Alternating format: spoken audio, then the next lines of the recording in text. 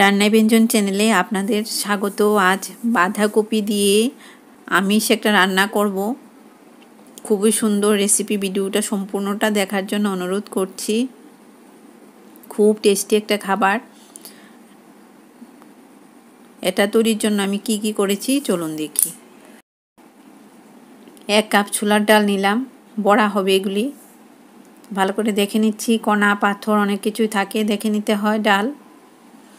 একটা বড় বাটিতে নিলাম, ভালো করে ধুয়ে নিলাম, তারপর গরম জল দিলাম, ঢাকা দিয়ে রাখবো 1 ঘন্টার জন্য, তাহলে তাড়াতাড়ি পেস্ট হবে। বাঁধাকপি নিলাম, ভালো করে ধুয়ে কেটে নিলাম। 1 ঘন্টা হয়ে গেছে। ডালটা যে ভিজিয়ে রেখেছিলাম গরম জলে, এখন দেখুন 1 ঘন্টার মধ্যেই ডালটা কি নরম হয়ে গেছে। এখন এটা শিলনোড়ায় বা জারের মধ্যে নিয়ে পেস্ট করে নেব। পেস্ট করে নিলাম। ডালের মণ্ডটার মধ্যে ধনে গুঁড়ো, জিরে গুঁড়ো দিলাম, নুন দিলাম, হলুদ দিলাম, লাল লঙ্কার গুঁড়ো। এখন সব কিছু মিশিয়ে নিচ্ছি এই ডালের মণ্ডটার সঙ্গে।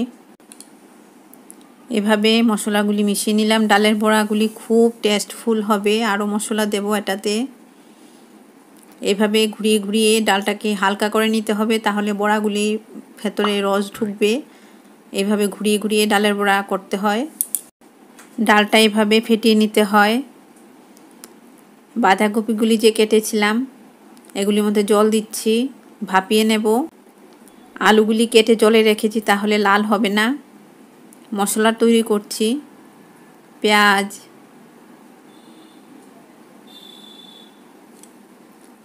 রসুন, মৌরি হাফ চামচ, গোলমরিচ 1 চামচ, অল্প জল দিয়ে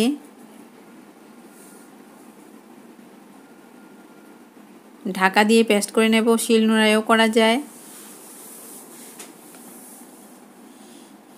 মশলাটা পেস্ট হয়ে গেছে। মশলাটা বাটিতে নিলাম।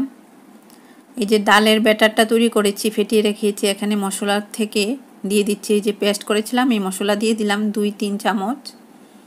তারপর এই মশলা দিয়ে আবার ফেটিয়ে নেব ডালটা, তাহলে ডালের বড়াগুলি খেতে খুব মজার হবে। এখানে যে মশলা দিয়েছি পেস্ট করা মশলা, পেঁয়াজ রসুন আছে, তো এর জন্য রান্নাটা আমিষ বলেছি। এই যে তৈরি করে নিলাম ব্যাটার। বাঁধাকপিটা এখানে ভাপিয়ে নিচ্ছি, জলটা ফেলে দেব। প্যানটা গরম করে সর্ষের তেল দিয়ে দিলাম। এখানে বড়া হবে, ছোলার ডালের বড়াগুলি তৈরি করে নিচ্ছি। 5 থেকে 7 মিনিট পর উল্টিয়ে দিচ্ছি। মিডিয়াম টু লো ফ্লেমে আছে। জলটা ঝরিয়ে নিয়েছি বাঁধাকপির।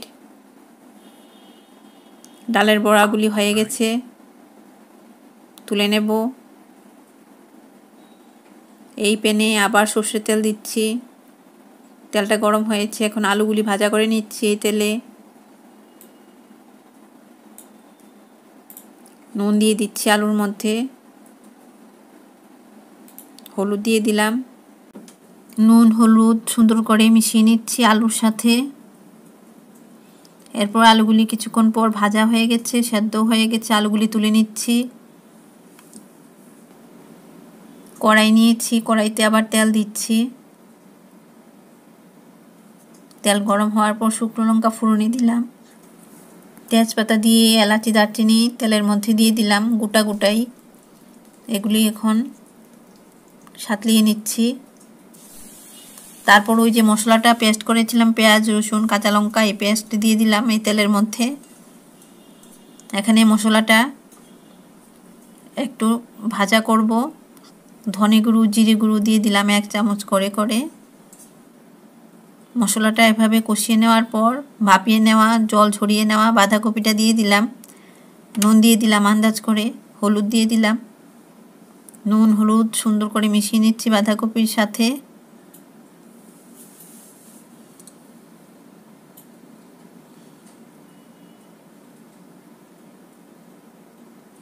এখন টক দই দিয়ে দিলাম, ভালো লাগবে রান্নাটা। টক দইটা সুন্দর করে মিশিয়ে চেরা কাঁচা লঙ্কা দিয়ে দিলাম। এই সময় দিলে রান্না ভালো হয়। আর অনেকে যদি মনে করে যে সময় দেবে না, তাও হয়। লঙ্কাটা প্রথমে দিয়ে দিলেও হয়, তবে এই সময় দিলে লঙ্কাটার সেন্ট থাকে। ঢাকা দিয়ে দিলাম। ঢাকা তোলার পর এরকম হয়েছে। এখন আলু ভাজা দিয়ে দিচ্ছি। কপিটা রান্না হওয়ার পর আলুটা দিলাম। এখানে আলুগুলি সেদ্ধ হবে, কপিটাও আরও একটু সেদ্ধ হবে। সুন্দর করে মিশিয়ে নিলাম, ঢাকা দিয়ে রাখলাম। এই যে বড়াগুলি, এখন কপিটা রান্না হয়ে যাওয়ার পর বড়াগুলি দিয়ে দিচ্ছি। ছোলার ডালের বড়া খুব টেস্টফুল। আপনারা বাড়িতে ট্রাই করবেন, খুব ভালো লাগবে। এভাবে মিশিয়ে দিচ্ছি।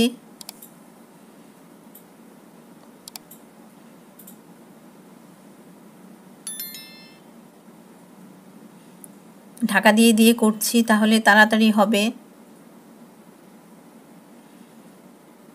আলুটা সেদ্ধ হয়েছে কিনা দেখে নিচ্ছি।